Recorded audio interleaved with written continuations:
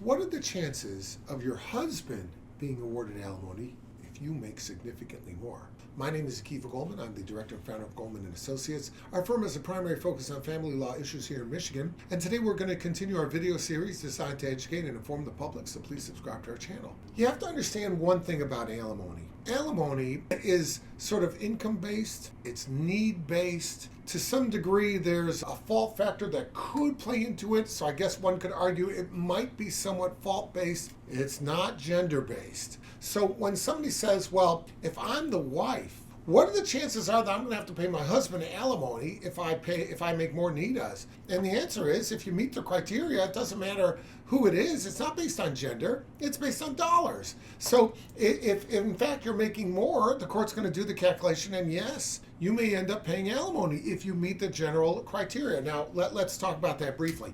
What are those criteria? Well, number one, you're going to look at the duration of the marriage. How long have you been married? So if we put it on a spectrum with 0 to 30 years, let's say, the closer you move to a longer term marriage, the more likely that there might be alimony discussion. So for example, a couple married 25 years, more likely to have alimony in play than a couple that's married 18 months. So that's something you got to keep in mind. But number two, the disparity of income between the parties. How much does husband make? How much does wife make? So let's say we have a 25-year marriage, but they make the same amount of money. In that situation, the likelihood is that there won't be any alimony awarded, because even though item one is met because you have a long-term marriage, but there's no disparity of income. The third factor is the availability of disposable assets to pay it. So let's say, for example, you have a long-term marriage and there's a disparity of income, but the one who makes more money is, let's say they're taking on all the marital debt, for example. So by the time they pay all these bills, the other one's being free of those bills, there's nothing left to pay alimony.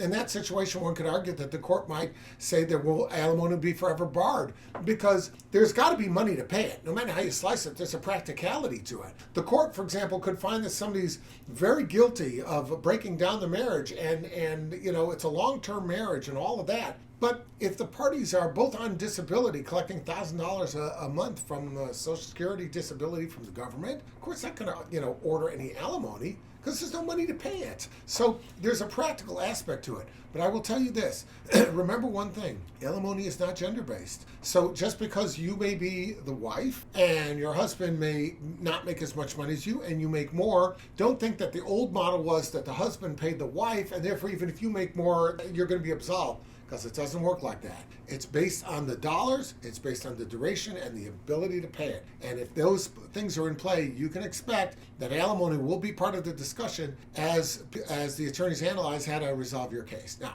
if you have any questions about that, reach out and we'll be glad to help you out.